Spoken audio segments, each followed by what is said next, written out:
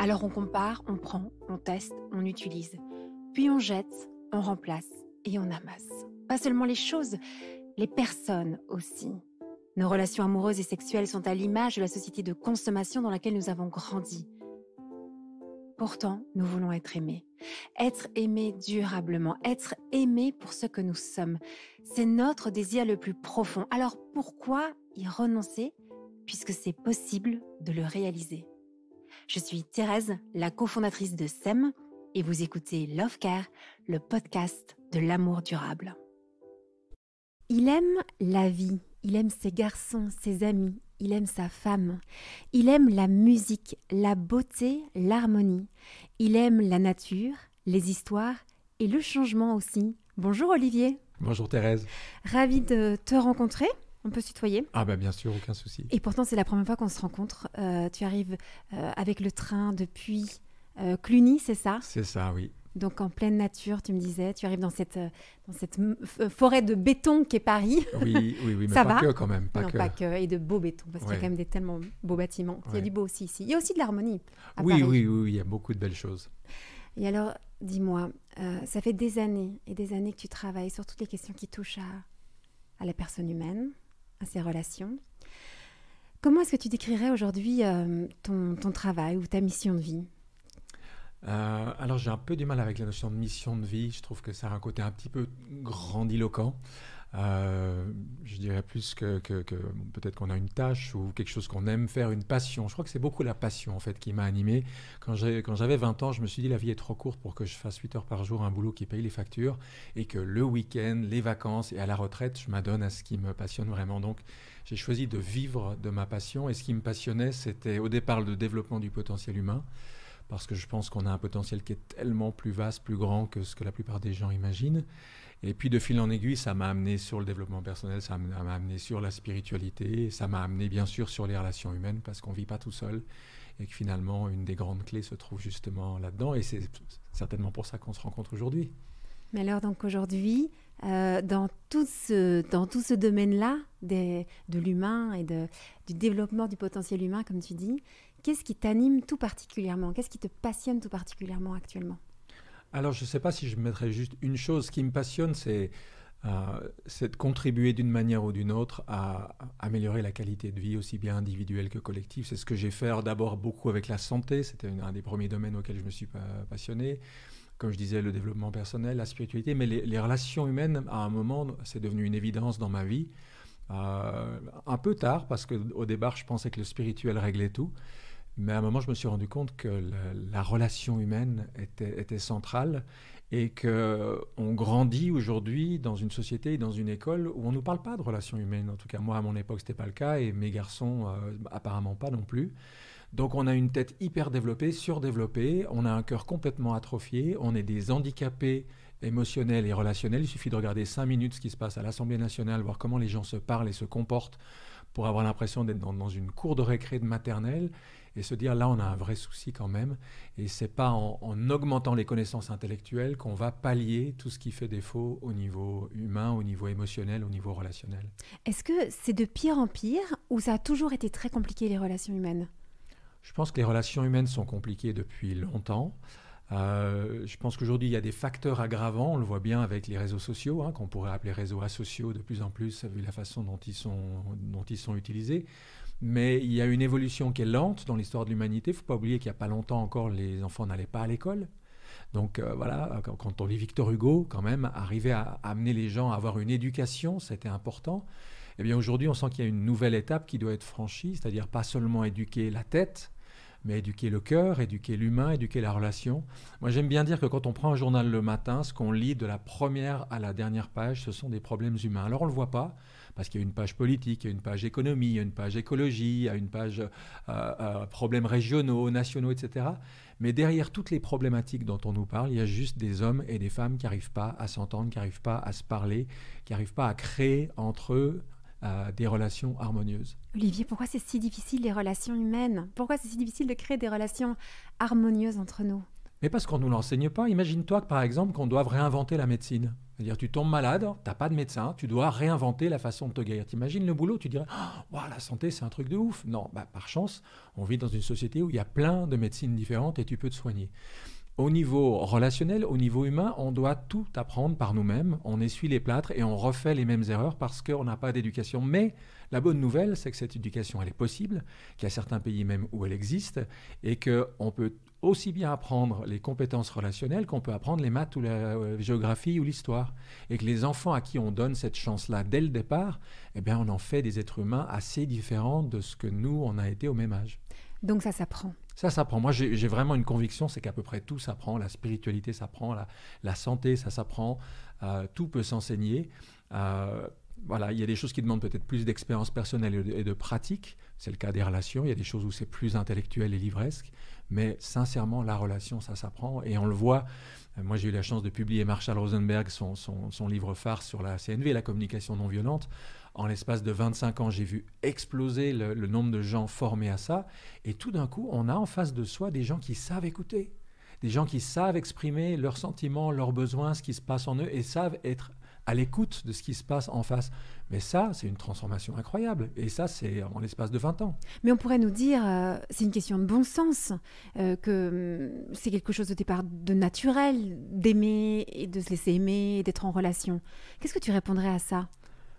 Partant de ça, on pourrait dire que rester en bonne santé, c'est naturel, c'est évident. Les animaux, on ne leur a pas enseigné. Ils savent se soigner, ils savent se rouler dans de l'argile quand ils ont une blessure, ils savent manger ce qu'il faut pour se purger. Et pourtant, la plupart des humains ne savent pas se soigner et ignorent à peu près tout des bases de la santé. Donc, notre culture, notre époque, c'est ça. On a besoin de tout réapprendre.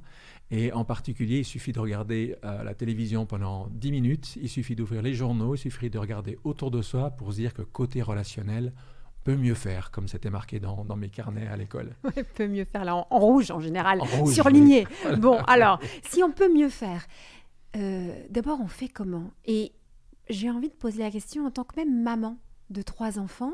Bon, ils commencent à grandir, ils sont ados là maintenant, mais on fait comment pour apprendre à relationner, si on peut dire ce mot-là, qui est un mot inventé, mais bon, à être en relation. On fait comment ? Alors, la bonne nouvelle, c'est qu'il y a plein d'approches.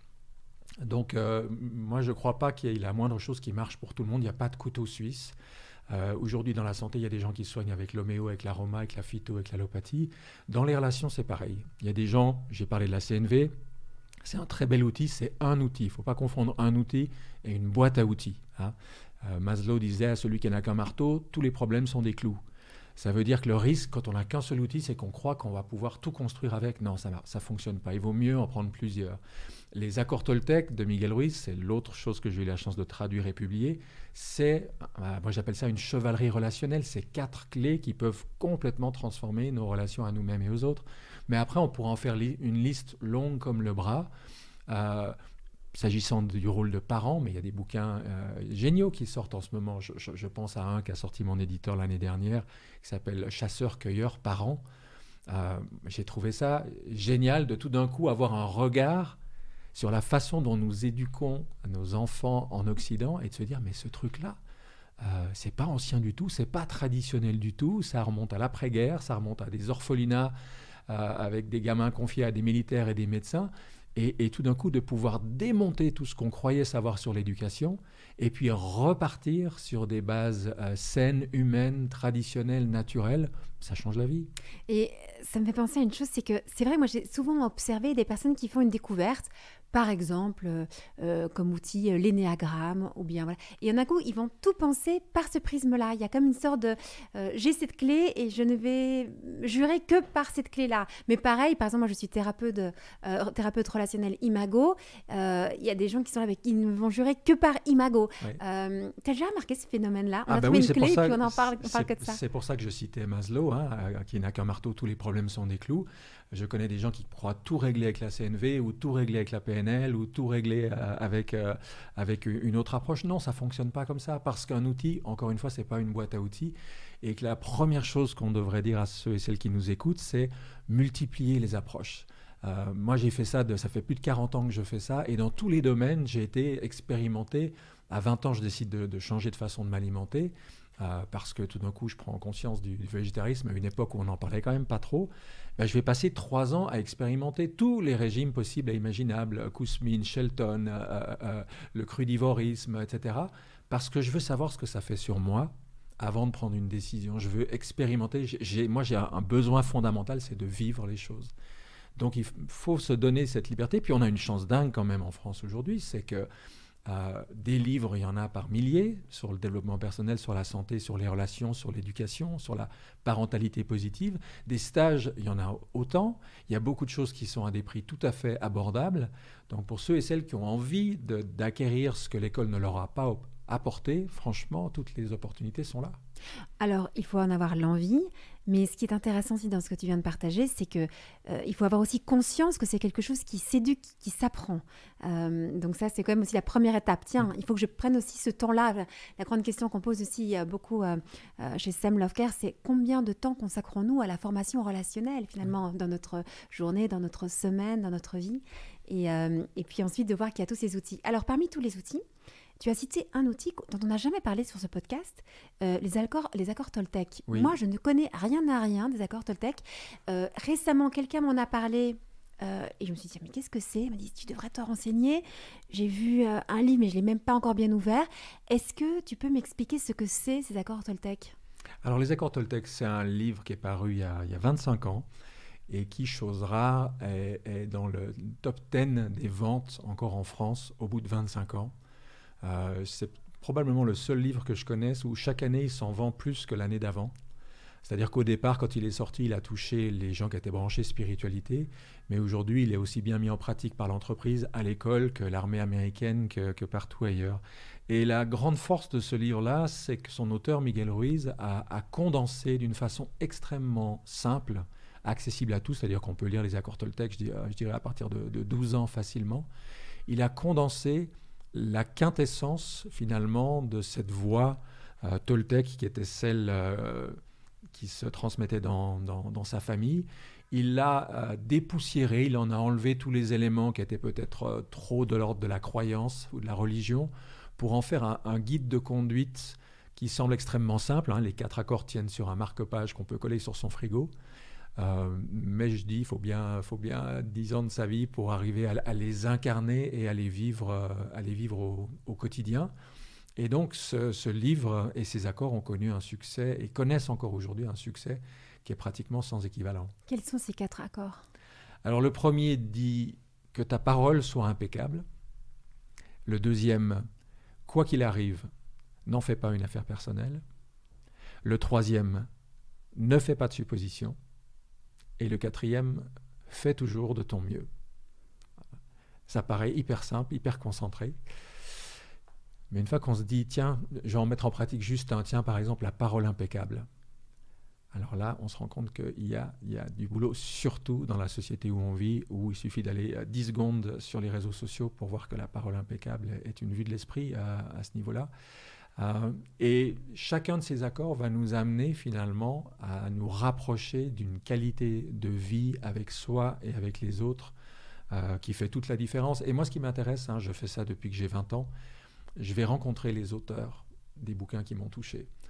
Et donc Miguel Ruiz, quand je l'ai traduit, quand je l'ai publié, je me suis dit, cet homme-là, j'aimerais bien le rencontrer si j'en ai l'occasion. Je l'ai eu l'année d'après. Il habite où ?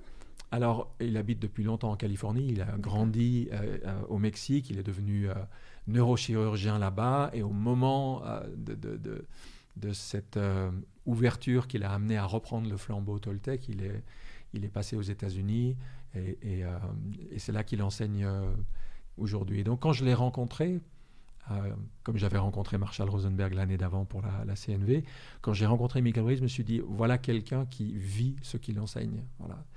Cette dimension d'amour inconditionnel, cette qualité humaine et relationnelle qu'on pressent en lisant son livre, eh bien, on la retrouve de manière évidente quand on est en présence de cet homme-là. Qu'est-ce qui attire autant de lecteurs ? Beaucoup de choses. Je pense que déjà, c'est d'une simplicité incroyable. Il y a beaucoup de livres qui sont trop compliqués. Miguel Ruiz, il écrit et il n'enseigne qu'en anglais. Ce n'est pas sa langue maternelle. Sa langue maternelle est l'espagnol. Et moralité, ce qui pourrait être un handicap, on a toujours moins de vocabulaire dans une langue étrangère. Il en a fait un atout, c'est-à-dire que son vocabulaire est d'une simplicité confondante. Si tu veux lire Alice Bailey, si tu veux lire Rudolf Steiner, si tu veux lire certains grands ésotéristes, il faut se lever de bonne heure, il faut avoir des sacrées études. Miguel Ruiz a cette simplicité que d'aucuns d'ailleurs ont jugé simpliste. Il ne faut quand même pas oublier, quand le livre est sorti, aucun média n'en a parlé en France. C'est par le bouche à oreille que petit à petit ce livre est devenu le phénomène que c'est aujourd'hui. Et c'est 6 ou 7 ans après que les médias ont commencé à se dire qui c'est ce type et qu'est-ce qu'il a écrit pour que tout le monde le reprenne, jusqu'à Guillaume Canet, dans Les Petits Mouchoirs. Il y a quand même 2 gros plans sur une actrice en train de lire les accords Toltec dans son lit. Il se trouve que Guillaume Canet et Marion Cotillard sont assez fans des accords Toltec. Excellent. Donc oui, donc il y a cette simplicité et puis c'est quand même exigeant comme chemin qui est quand même proposé. Par exemple, que ta parole soit impeccable, oui, justement, c'est difficile. C'est un appel à un changement intérieur assez fort. C'est aussi exigeant que la pratique d'un art martial. Personne ne va aller s'inscrire à un club de judo, de karaté ou d'aïkido et se dire allez, je vais faire un stage d'un week-end et puis lundi, c'est bon, je suis ceinture noire. On sait qu'il faut 10 ans à raison d'1 ou 2 entraînements par semaine. Et le paradoxe, c'est que dans le développement personnel, eh bien là, on voudrait que les choses arrivent par magie. On croit à des livres comme Le Secret ou des choses comme ça, ou La Loi de l'Attraction, qui tout d'un coup vont manifester une vie parfaite, mais ça n'existe pas. Moi, je peux dire avec un recul de plus de 40 ans, tous les gens que je connais qui ont vraiment transformé leur vie, c'est qu'ils y ont mis le temps, l'engagement nécessaire. Et ce qu'il y a d'extraordinaire, c'est que on est capable de mettre 10 ans de notre vie à devenir champion de billard ou champion de tel sport ou musicien ou que sais-je, mais sur ce qu'il y a de plus essentiel finalement, qui est notre évolution spirituelle, qui est la qualité de nos relations, la qualité de notre vie, là, la plupart des gens ne mettent pas le temps et l'énergie qu'il faut pour ça. Comme ils ne le mettent pas dans leur vie de couple ou dans le temps qu'ils passent avec leurs enfants, puis un jour, ils ne comprennent pas pourquoi tout part en cagade, comme on dit à Toulouse. Mais moi, ce qui me touche dans ce que tu viens de partager, c'est que je peux trouver parfois très culpabilisant tous ces ouvrages de développement personnel parce qu'on a l'impression, de par le titre ou la façon dont c'est exprimé, que c'est un secret pour les clés pour réussir sa vie de couple, les clés pour réussir sa vie personnelle, les clés pour... on a l'impression que c'est très facile et accessible. Et je ne sais pas, vous tous qui nous écoutez, mais moi, je me galère parfois, même très souvent, pour ancrer tout ça, pour le pratiquer. Et donc, parfois, j'ai des rendez-vous avec moi-même en me disant, mais je suis tellement nulle de ne pas réussir à vivre tout ça qui me semble beau, qui me semble bien, et ma vie est tellement en deçà de cet idéal que je finis par culpabiliser, et parfois, ça m'est arrivé, même très souvent, d'être dans une vraie culpabilité, profonde, qui peut m'entraîner une sorte de déprime en me disant « je suis vraiment nulle de ne pas arriver à vivre tout ça, et de ne pas arriver à utiliser toutes ces clés dans ma vie concrète ». C'est pour ça que j'aime bien comparer ça à un art martial, comme je disais, judo, karaté, aikido, ou à la musique. Moi, je suis pianiste. J'ai fait du piano pour pouvoir jouer Chopin. J'ai attendu 6 ans pour jouer ma première mazurka de Chopin, parce qu'on ne joue pas Chopin à sa 3e leçon de piano. Il faut des bases. C'est quand même pas un des compositeurs les plus faciles. Moi, je dis aux gens il faut absolument résister à l'injonction nord-américaine qui nous dit vous pouvez avoir tout de suite et sans effort. C'est faux, ça n'existe pas, ça n'arrive à personne. Par contre, si vous faites un petit effort tous les jours et que ça se reproduit 2 semaines, en mois, en année, un jour vous vous direz waouh, il y a 5 ans on m'aurait fait une remarque comme ça, mais je serais parti bouler dans mon coin, j'aurais été super en colère, j'aurais été vexé. Aujourd'hui, je peux entendre ça, puis je peux être en empathie avec la personne qui m'a fait cette remarque, puis comprendre pourquoi elle me dit ça, et puis j'en fais pas une affaire personnelle, et puis c'est tellement plus agréable de pouvoir vivre mes relations comme ça. Donc je dis aux gens, faites de Chronos, le dieu du temps, Saturne pour les Romains, faites de Chronos un allié, inscrivez les choses dans la durée. Un de mes dictons préférés dit « Le temps ne respecte pas ce qui se fait sans lui ». Voilà. Quand on veut aller trop vite, on fait un feu de paille, on fait quelque chose qui ne durera pas. Et la construction d'une vie intérieure, moi je dis qu'il faut minimum l'inscrire sur 10 ans. Au fond de moi, je pense sur 30, parce qu'en astrologie, le cycle de Saturne, c'est 29 ans et 4 mois, et que c'est intéressant de voir qu'est-ce qui se passe quand on a fait un cycle de Saturne complet de travail intérieur sur telle ou telle chose qu'on a envie de développer. J'avoue, on n'a pas du tout cette mentalité-là. Moi, la première, je veux tout de suite à fond. Et dès que c'est pas complètement là, entièrement là, absolument là, je me remets tout en question et je me dis vraiment que peut-être que je ne suis pas sur le bon chemin. Et là, j'entends dans ta proposition de prendre ce temps long. Et j'imagine aussi que c'est valable dans nos relations à la fois amicales, familiales, relations conjugales. Comment est-ce qu'on se laisse le temps de mettre en œuvre ce qu'on a compris intellectuellement, que ça descende. C'est quoi? Je trouve ça compliqué cette affaire-là, parce qu'à partir de quel moment on se dit en fait on n'y arrivera pas, ou on se laisse une chance de pouvoir poursuivre sur ce chemin d'apprentissage? Ah, ça c'est une bonne question. Bah, je pense que pour l'instant on a tendance à lâcher un peu trop vite. Voilà. Autrefois, les contraintes sociales, religieuses faisaient que les gens, de toute façon c'était compliqué de divorcer, ou les jugements de la société étaient tels qu'on se forçait à rester ensemble. Avec le bon et le mauvais de ça, le bon c'est qu'il y a des couples qui finalement tenaient, qui se seraient séparés bêtement sinon. Le mauvais côté est que certains restaient ensemble alors qu'ils avaient franchement plus rien à faire ensemble et qu'ils auraient été mieux de reconstruire quelque chose ailleurs. Donc il n'y a pas une réponse universelle qu'on peut donner à celles et ceux qui nous écoutent.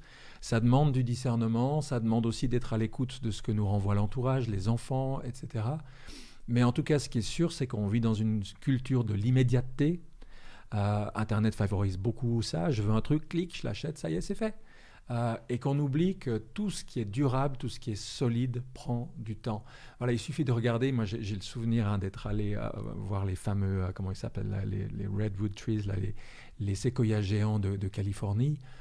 Un arbre de cette taille-là, 90 mètres de haut, comment on appelle ça, un diamètre de 2-3 mètres, ça met des décennies et des décennies à grandir. Le moindre beau chêne qu'on admire chez nous, il a 100 ans, 150 ans, 200 ans.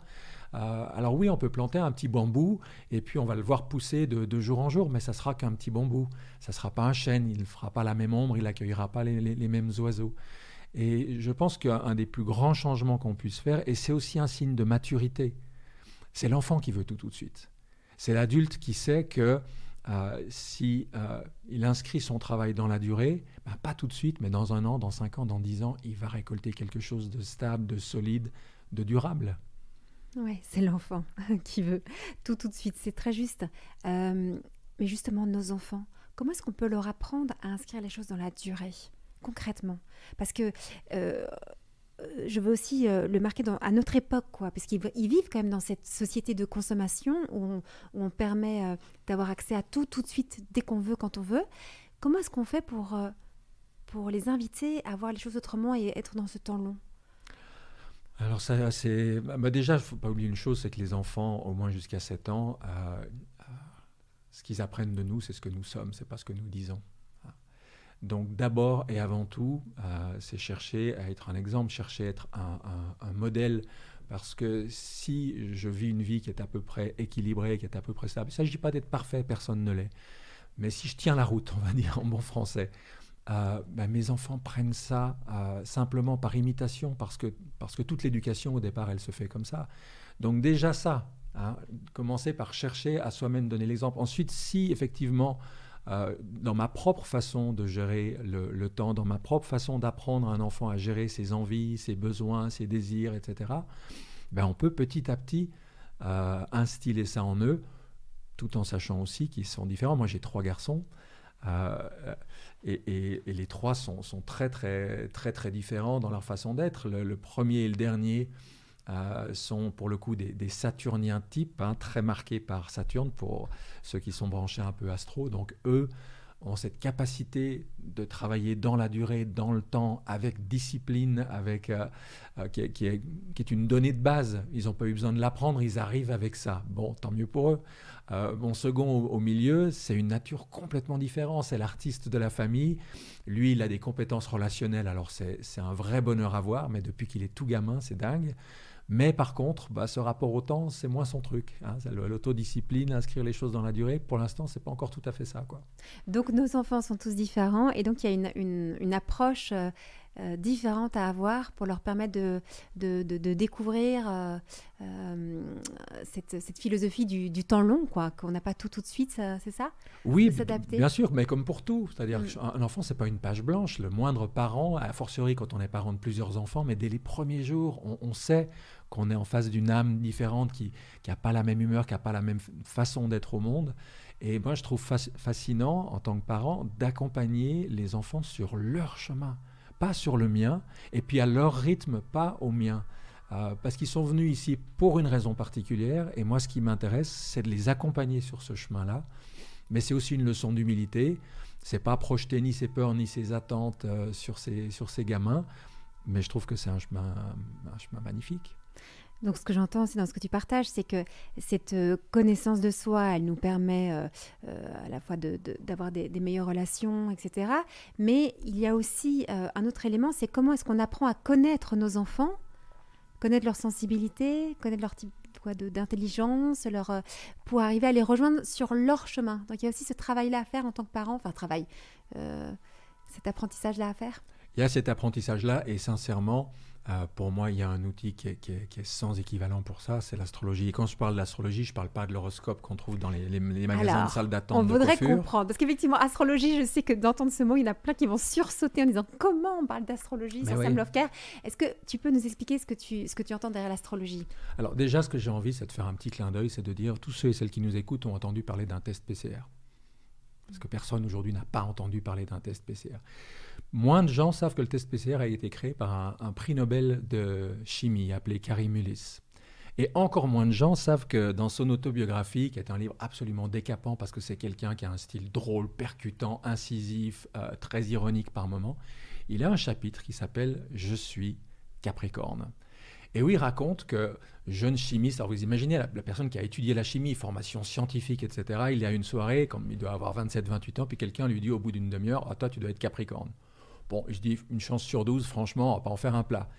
Puis la même chose se reproduit un mois plus tard dans un autre contexte avec d'autres personnes. 12 x 12, 144, il dit tiens, une chance sur 144, bon. Et puis ça arrive encore une troisième fois, tout ça en l'espace de 3-4 mois à peine. Et là, 12 x 144, je ne suis pas bon en maths, mais enfin vous voyez le chiffre, ça commence à faire un peu beaucoup. Et là, cet homme-là, au lieu de réagir en scientiste, c'est-à-dire quelqu'un qui a transformé la science en religion et en croyance, il agit en vrai scientifique, c'est-à-dire qu'il apprend les bases de l'astrologie et commence à l'étudier et commence à vérifier par lui-même ce qu'il y a dans les ouvrages sérieux sur le sujet. Et ce qu'il découvre l'hallucine tellement la fin de ce chapitre est une diatribe mais féroce contre tous ses collègues qui se permettent de juger une discipline à laquelle ils ne connaissent rien du tout. C'est-à-dire qu'ils sont finalement dans la superstition, dans la croyance, alors que des gens comme Kary Mullis, des gens comme Stanislav Grof, un des plus éminents psychiatres, psychothérapeutes, psychologues de ces 50 dernières années, de nombreux autres qui ont vraiment pris le temps d'étudier cette discipline, en ont été scotchés. Combien de gens, parmi ceux qui nous écoutent, savent que Carl Gustav Jung, le disciple d'abord de Freud, mais qui s'en est démarqué pour créer la psychologie analytique, Jung disait « Jamais, jamais je ne me permettrai d'entreprendre la psychanalyse de quelqu'un dont je n'ai pas le thème natal sous les yeux. » Combien de gens savent ça? Donc en fait, cette discipline qui existe sur les 5 continents, qui existe depuis des milliers d'années, est un des outils de connaissance de soi les plus remarquables qui soient. Le nombre de gens qui m'ont entendu parler de ça, alors qu'ils étaient un peu surpris quand même, Olivier Clerc parle d'astrologie, etc. Mais du coup, ça les a un peu titillés, m'ont demandé des adresses de gens compétents, parce qu'il y a beaucoup de farfelus malheureusement là-dedans. Et ont fait l'expérience et sont revenus, mais complètement bluffés. Une de mes amies m'a dit, elle y était allée sans y croire du tout, elle a dit au bout d'une demi-heure, elle dit, je me suis dit, comment cette femme me connaît mieux que ma propre mère? Voilà. Mais malheureusement, il y a autant de différences entre l'horoscope du magazine chez le coiffeur et la véritable astrologie qu'entre McDo et un restaurant 3 étoiles Michelin. Voilà. Ouais. Alors moi, je dois avouer que l'astrologie a été une rencontre incroyable dans ma vie, puisque le fait d'avoir fait ce fameux thème astral et d'essayer de comprendre un petit peu déjà ce qui m'avait été donné, moi, ça a été un éclairage incroyable sur ma personnalité que je ne comprenais pas. À 20 ans, je ne comprenais pas comme...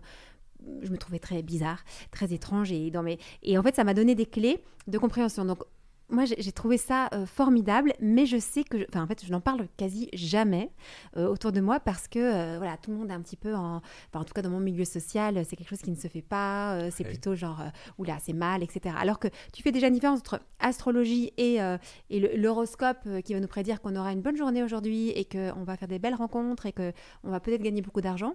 C'est pas de ça dont il s'agit. Astrologie, comment tu le définirais ? Il y a 2 choses dans l'astrologie. Il y a effectivement le thème natal qui est déterminé par le lieu, le jour, l'heure de naissance. Et ça, ce thème natal, on l'a une fois pour toutes. Et il détermine un certain nombre de caractéristiques avec lesquelles nous venons au monde. Ça, c'est le premier outil. La deuxième chose, c'est l'aspect, entre guillemets, prédictif. Et c'est à cause de ça que l'astrologie s'est attiré beaucoup d'ennuis. C'est-à-dire que la véritable astrologie, moi j'appelle ça, après l'astrologie prédictive, c'est ce que j'appelle la météo stellaire. La météo, elle peut te dire, si tu pars demain de Brest pour aller à New York à la voile, voilà quel vent tu vas rencontrer, voilà combien de temps ils vont durer, et voilà de quelle intensité ils seront. Ensuite, selon que tu es un bon ou un mauvais skipper, ben soit tu vas tailler la route et tu vas gagner la régate, soit tu vas déchirer ton spi, soit tu vas casser ta baume, soit tu vas démater, soit tu vas carrément couler. Donc l'astrologie prédictive, tout ce qu'elle peut faire, et c'est ce qu'elle fait de mieux, c'est de nous dire voilà quels sont les vents qui vont souffler sur ta vie pendant les 12 prochains mois. Et voilà comment tu peux en faire l'usage le meilleur ou le moins bon. Mais à partir du moment où un astrologue veut prédire un événement particulier, eh bien, il a une chance sur deux de se planter. Et comme il y en a qui se plantent régulièrement, on finit par dire tout ça, c'est des foutaises. Non, il ne faut pas confondre la discipline et ceux qui la pratiquent. Pour moi, les gens qui la pratiquent le mieux, c'est ceux qui me font cette météo. Et ensuite, à moi de tirer parti de ce que la vie m'offre comme météo.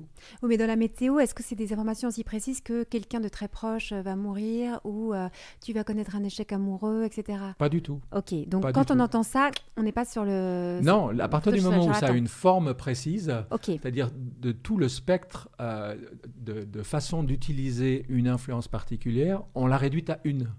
Mais non. Quand il y a une tempête, soit je peux aller beaucoup plus vite que je ne serais allé avec un vent normal, soit, comme je disais tout à l'heure, je peux déchirer le spi.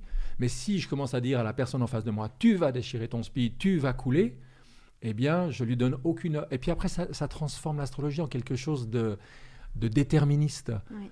Or, il y a un dicton qui a des centaines d'années en astrologie qui dit « les astres influencent, mais ne déterminent pas ». On garde totalement son libre arbitre. Quand il pleut, quand il fait beau temps, quand il neige... Je suis capable de décider si je veux sortir, si je mets des chaînes à ma voiture ou si je veux rester au chaud à la maison. Ce n'est pas le temps qui détermine qui je suis et ce que je fais, mais je compose avec une réalité qui m'est donnée. Donc déjà, ça nous permet d'avoir des critères de discernement. Moi, j'ai pour principe de dire à mes enfants, mais même dans ma vie, je me l'applique, de jamais, jamais, jamais, au grand jamais, aller demander à quelqu'un qui vienne me dire ce qui va se passer, par une espèce de Madame Irma qui me dira qu'il va se passer tel malheur ou tel truc, parce que ça nous prive de notre liberté la plus fondamentale. Donc on entend bien que l'astrologie, c'est pas une prédiction qui est précise et qui nous priverait de cette liberté. Elle va juste nous donner un peu tu parles de vent ou d'influence. Oui. Et le thème astral, comment est-ce que tu expliquerais cela de façon un peu le thème, concrète, il indique où se trouvaient toutes les planètes, le Soleil, la Lune, Mercure, Jupiter, Mars, etc., jusqu'à Pluton, où elles se trouvaient au moment de ta naissance. Elle les répartit sur ce zodiaque. Donc, quand tu regardes un thème natal et que tu connais rien, ça paraît quand même très abstrait, très, très compliqué. Lorsqu'on connaît les clés de lecture, eh bien, ça permet de comprendre la façon dont nous fonctionnons au niveau physique, par exemple. Ça donne des clés au niveau de la santé, la façon dont on fonctionne au niveau émotionnel, au niveau mental, etc. Ça nous donne une clé de compréhension de soi-même qui est assez remarquable. D'ailleurs, c'est rigolo parce qu'on vit quand même une époque où on trouve le thème natal de la plupart des hommes politiques, par exemple, mais comme des chanteurs, des acteurs, etc. Je pense qu'ils seraient un peu effarés s'ils se rendaient compte de la quantité d'informations qui est à disposition de qui veut bien le temps d'aller regarder. Mais alors, comment c'est possible que les astres puissent influencer notre personnalité ? Alors, je ne sais pas si on va consacrer toute l'émission à ça parce que c'est un domaine qui est assez vaste et on pourrait y consacrer des heures, mais j'ai envie de donner une réponse juste toute simple. Tu plantes la même vigne en Bourgogne, dans le Bordelais ou, je ne sais pas moi, en Californie, tu ne vas pas obtenir le même vin. L'endroit où c'est cultivé, il y a des circonstances qui laissent leur empreinte dans la façon dont tel plant va se développer. Ce que l'astrologie a observé, et ça part vraiment de l'observation. Et cette observation, c'est une chose intéressante, elle est la même chez nous, en Inde, chez les Aztèques, les Mayas, etc. Donc il y a des connaissances qui ont été validées et vérifiées depuis des siècles et des siècles par l'observation. C'est-à-dire de voir que tel type d'influence va se traduire par tel type de caractère, de sensibilité, etc. Moi, je te disais tout à l'heure que je suis musicien, je fais du piano depuis 50 ans. Ça m'a passionné, par exemple, un truc auquel je me suis beaucoup amusé il y a une quinzaine d'années, c'est d'aller regarder les thèmes de célébrités, notamment dans la musique. Mais c'est complètement bluffant de voir le thème d'un Paul McCartney, de voir le thème d'un Keith Jarrett et de se dire Ah ben ok, d'accord, t'es venu au monde avec ça dans ta besace. Bon, ben voilà. Alors, on pourrait faire la même chose avec la politique. Moi, ça m'intéresse moins, ou avec d'autres domaines. Mais c'est quand même intéressant de voir, comme je disais tout à l'heure, on n'arrive pas avec une feuille blanche. Il y a un certain nombre de choses qui sont là et qui ne sont pas seulement déterminées par l'hérédité, l'ADN, la biologie, mais qui sont déterminées par cette feuille de route céleste. Et pas non plus seulement par l'éducation que les parents donnent.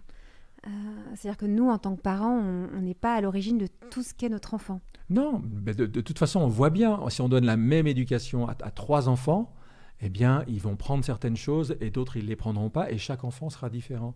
Et c'est là, bon, c'est comme ça qu'on a démarré cet échange, hein, je ne pensais pas qu'on en parlerait autant, mais c'est là où, pour moi, je trouve que c'est un très bel outil, encore une fois, pour accompagner son enfant ou ses enfants sur leur chemin, et pas sur celui qu'on voudrait leur calquer ou leur projeter dessus avec toutes nos attentes, notre envie qu'ils réalisent ce qu'on n'a pas réalisé nous, ou à l'inverse, toutes nos peurs et nos angoisses face au monde tel qu'il est aujourd'hui.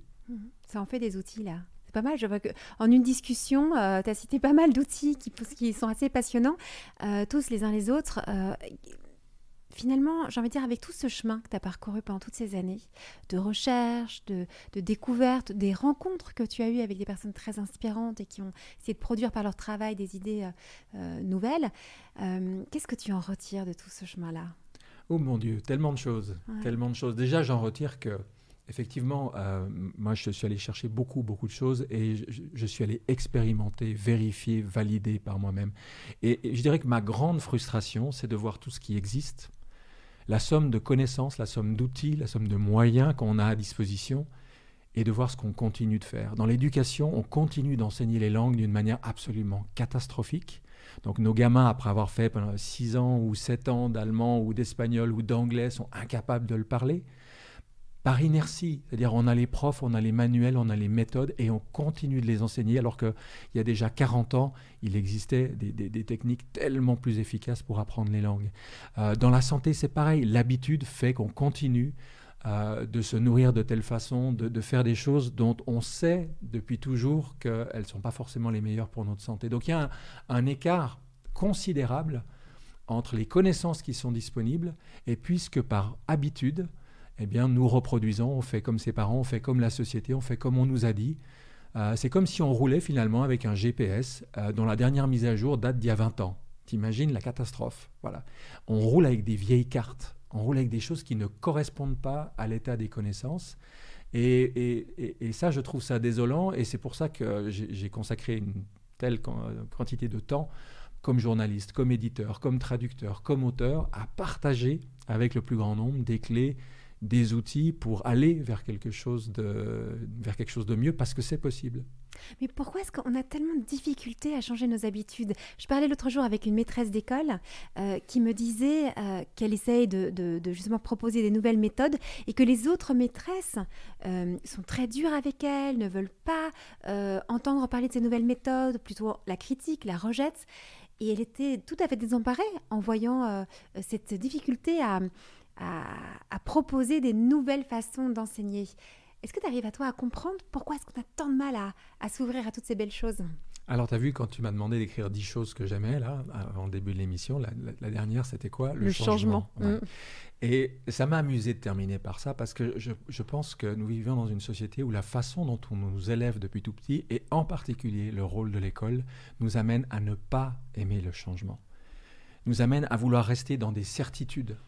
À l'école, on ne nous apprend pas à ouvrir, à aller chercher une théorie, puis une autre, et à se rendre compte qu'il y a des gens qui pensent des choses différentes dans le monde. On nous apprend ça c'est vrai, ça c'est faux, ça c'est la bonne théorie, ça c'est la mauvaise. Et en fait, l'extraordinaire malléabilité et souplesse du cerveau des enfants qui sont curieux de tout, on réussit à tellement l'étouffer qu'ensuite on se pose la question de comment motiver les enfants. Mais ce n'est pas la bonne question. La question, c'est comment ne plus tuer leur motivation, leur curiosité, et comment, depuis tout petit, les amener à se dire ça, on peut le faire comme ça, mais on peut le faire comme ça. Sur ce sujet, certains disent ça, mais il y a d'autres théories qui disent ça, de les ouvrir à la pluralité. Mais ça, c'est une refonte absolue. Et il ne faut pas oublier l'histoire de l'humanité, ou en particulier l'histoire de France, le rôle qu'ont joué jusqu'aux Lumières la religion. Il y avait des choses qui étaient inscrites dans le marbre pour toute éternité. Et mine de rien, on a beau être au XXIe siècle, on est encore conditionné par ça. Hein, les tables de la loi inscrites dans le marbre, à l'heure où on est capable d'écrire un texte sur un clavier et il n'existe que dans le cloud. Donc, il y a un travail de fond à faire sur comment aimer le changement, comment prendre plaisir à changer de façon de manger, à changer de façon de bouger, à s'ouvrir à de nouveaux horizons pour redevenir nomade au moins dans sa tête, dans son cœur, à défaut de pouvoir l'être physiquement. Mais Olivier, je suis obligée de te poser la question. On a parlé tout à l'heure du rapport au temps. Et tu nous disais que si on veut quelque chose de durable, il faut aussi prendre le temps que cette chose s'installe. Et en même temps, est-ce que le changement, par définition, n'est pas incompatible avec le durable? Est-ce que tu comprends ma réflexion par rapport à ça? Et alors, du coup, comment est-ce qu'on peut allier ouverture d'esprit, accepter le changement et en même temps inscrire les choses sur du temps long? Tu vois, est-ce qu'on pourrait tomber dans un autre écueil avec justement où on change en permanence, où on zappe en permanence, où on est tout le temps, on doit toujours être en mouvement et on ne demeure pas dans quelque chose. Tu vois, c'est un peu contradictoire. Mais c'est ce que j'adore dans la vie, c'est que la vie est paradoxale et que dès qu'on va que dans un côté, la vie nous rebalance de l'autre. Donc effectivement, il faudrait, si je pouvais faire cette blague, dire avoir de la continuité dans le changement. C'est-à-dire que si on est complètement rigidifié dans quelque chose, on se sclérose et puis on se prive de tout ce qui est vivant parce que la vie ne cesse de changer. Si on papillonne à droite, à gauche et qu'on fait 4 milliards de choses, eh bien on est comme la personne qui a creusé 50 trous d'1 mètre dans son jardin. Elle n'a pas trouvé d'eau. Là où si on en creuse un de 10 mètres, on tombe sur la nappe phréatique. Donc le défi, c'est d'allier les deux. C'est-à-dire, chez moi, par exemple, si je parle de moi j'ai une passion pour le développement du potentiel humain, pour comment faire s'épanouir ces ressources incroyables qu'on a. Mais un coup, je l'approche avec tel outil, un coup, je l'approche avec tel autre. Mais finalement, ces différents outils visent tous un même but. J'ai une même finalité, mais j'ai conscience que ce but, je peux l'atteindre par différents chemins. Et au lieu de m'enfermer dans un chemin en disant c'est le seul, c'est le vrai, hors de l'église, pas de salut, hors de la médecine allopathique, pas de santé, etc., de me dire tiens, il y a des gens qui font ça, il y a des gens qui font ça, et de pouvoir avoir et un sillon principal, et en même temps rester ouvert et rester curieux de ce que font les autres et de comment, par des chemins différents, finalement, ils sont en train d'escalader le même sommet. Moi, j'ai fait la face nord, eux font la face est, la face ouest, et on se rend compte qu'on est tous en train de viser le même sommet qui est un sommet de réalisation, d'épanouissement et de plein déploiement de notre potentiel. Mais ce qui m'impressionne le plus chez toi, en prenant le temps de t'écouter, c'est justement ce côté explorateur. C'est comme si tu t'étais autorisé, ou tu as reçu une autorisation, tu vas me dire un peu, mais d'explorer. C'est OK d'explorer, c'est OK d'aller découvrir des choses, alors que la majorité d'entre nous, on n'a pas reçu cette autorisation, ou on ne s'autorise pas personnellement à explorer, en fait, à être un explorateur de la vie. Enfin, je ne sais pas si l'explorateur, oui. Ça te parle, ce mot-là. Toi, comment est-ce que ça t'est venu, si c'est pas indiscret, mais cette liberté d'explorer? On sent que tu as une grande liberté de pouvoir explorer, et franchement, c'est assez rare. Ça te vient d'où? Alors, je ne sais pas, il y aura peut-être plusieurs réponses. Il y en a une peut-être un peu rigolote que je peux faire. Moi, je suis dans la fratrie, on est 3, je suis le second. Et le second, par définition, il faut qu'il se démarque du premier. Hein, le premier, il a tracé, il a ouvert la voie. Et le deuxième, il ne peut pas juste être la copie du premier, donc il faut qu'il fasse autre chose autrement ailleurs. Et je ne sais pas si tu l'as remarqué toi avec peut-être tes enfants ou des gens que tu connais. Mais souvent, les gens qui sont dans ce rôle de second, il faut qu'ils se démarquent. Alors au début, ça s'est beaucoup manifesté chez moi par une forme de rébellion, de contestation. Forcément, si c'était autre que mainstream, c'était meilleur. Jusqu'au moment où on se rend compte que ça peut être autre que mainstream et complètement nul. Hein. Mais ça a donné le pli de se dire il n'y a pas une seule vérité, il n'y a pas une seule voie, il n'y a pas une seule religion, il n'y a pas une seule façon d'atteindre la santé. Et au bout d'un moment, ça s'inscrit. Moi, ça s'est tellement inscrit en moi que dès que j'entends qu'on a envie de limiter les choses à une seule solution, c'est juste pas possible. Sur Terre, c'est la biodiversité. Dès qu'on fait de la monoculture, c'est mort pour les champs. Monoculture éducative, c'est mort pour l'éducation de nos enfants. Monoculture dans la santé, c'est mort pour la santé des humains. Et toute ma vie, j'ai toujours fait en sorte de rassembler, de réunir et de faire travailler les gens ensemble. Quand j'ai consacré 12 ans de ma vie au pardon, j'aurais pu juste défendre ma boutique. C'est-à-dire la façon d'aborder le pardon que j'ai développée à partir de ma rencontre avec Miguel Ruiz.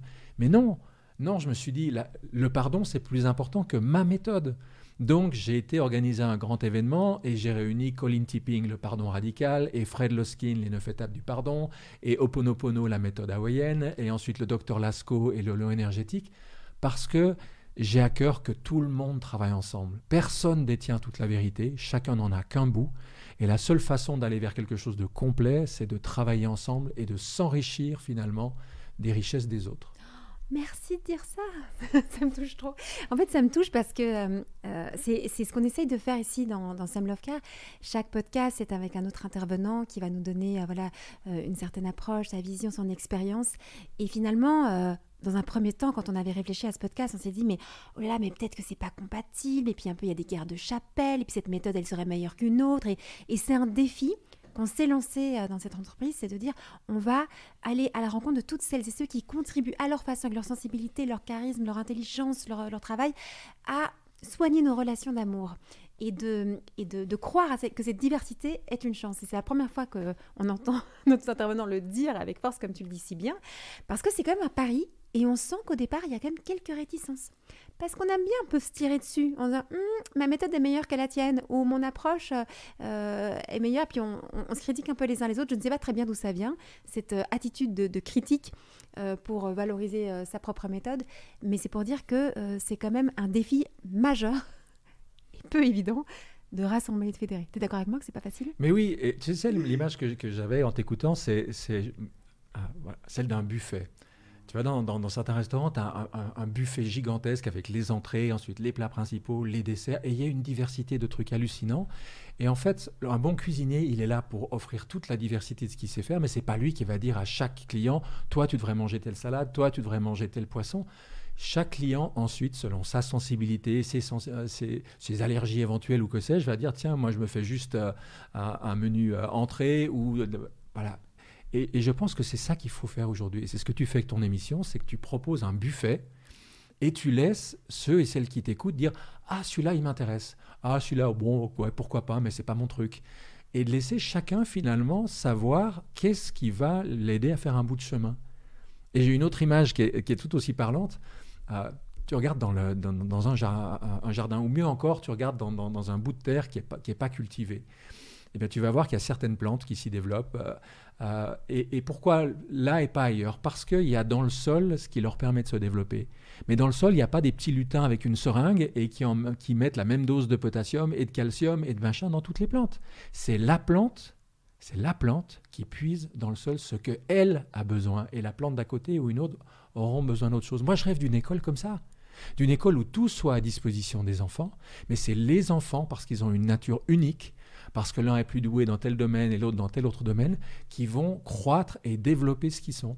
Pour l'instant, au nom de l'égalité, on a une éducation qui, en gros, correspond à peu près à 25% des élèves.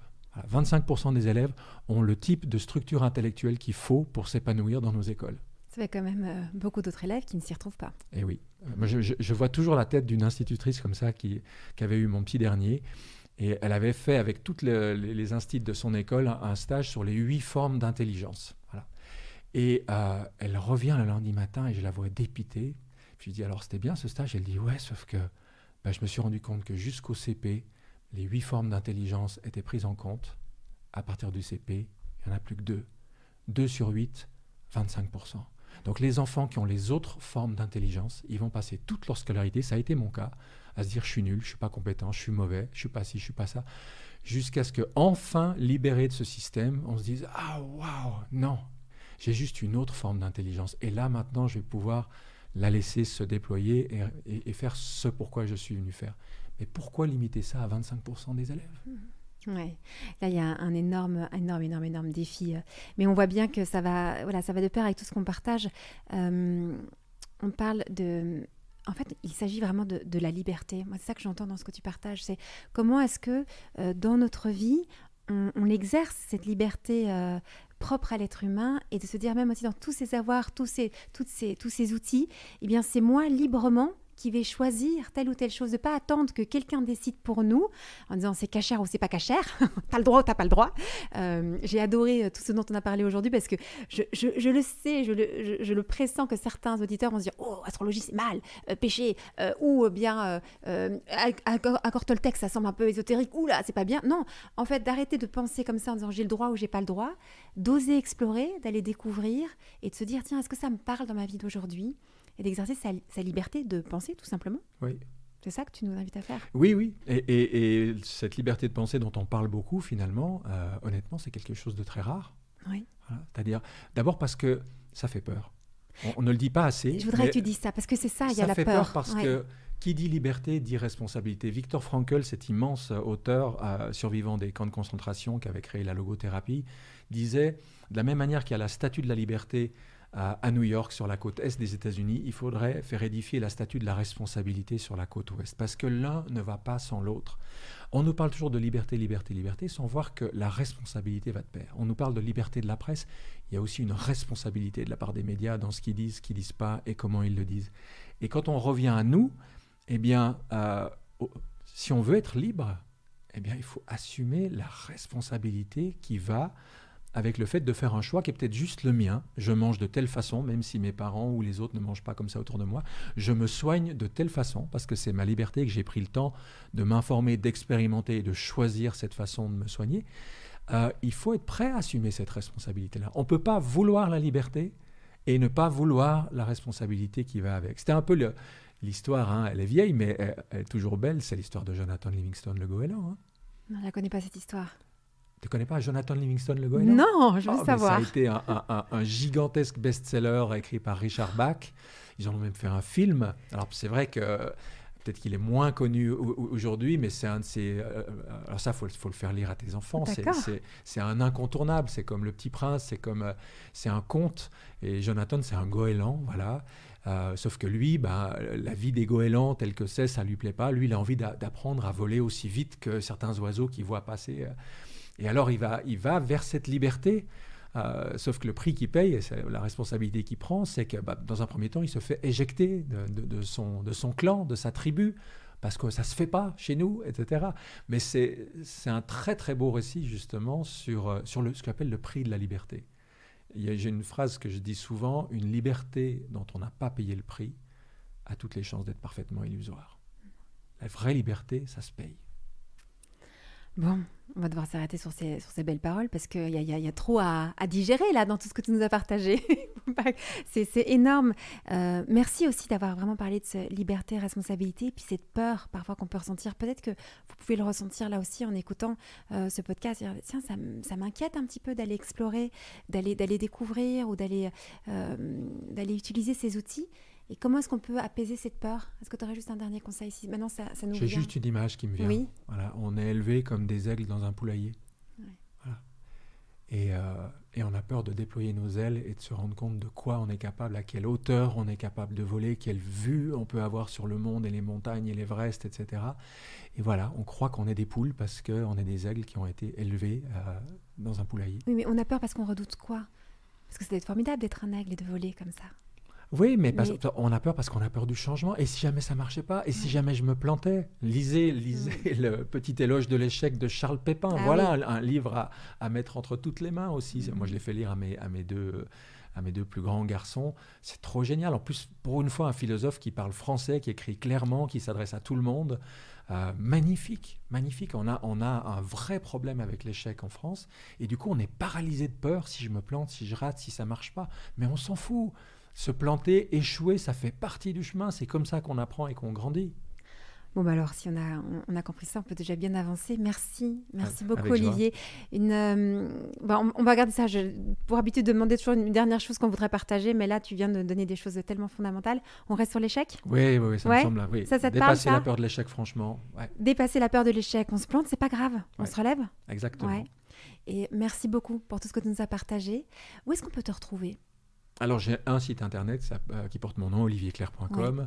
J'ai un blog aussi, blog.olivierclair.com. Je suis sur Insta, je suis sur Facebook. Je suis très facile à trouver. D'accord. Pour poursuivre encore ces explorations avec toi, on a envie de venir là, suivre ce que tu découvres, ce que tu partages, parce que j'ai l'impression que ça ne va pas s'arrêter.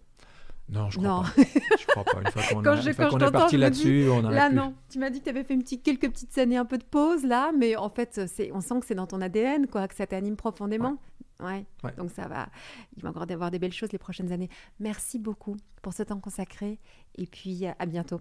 Merci aussi. Merci, au revoir. Si vous désirez l'amour durable, retrouvez toutes les propositions de SEM sur notre site internet, sem.co, et sur nos réseaux sociaux, Instagram et Facebook. Si vous êtes un professionnel du Love Care, rejoignez la communauté SEM. Et pour semer avec nous cette vision de l'amour, mettez un avis ou 5 étoiles sur votre plateforme d'écoute pour soutenir ce podcast. Venez signer notre manifesto et surtout, parlez de SEM autour de vous.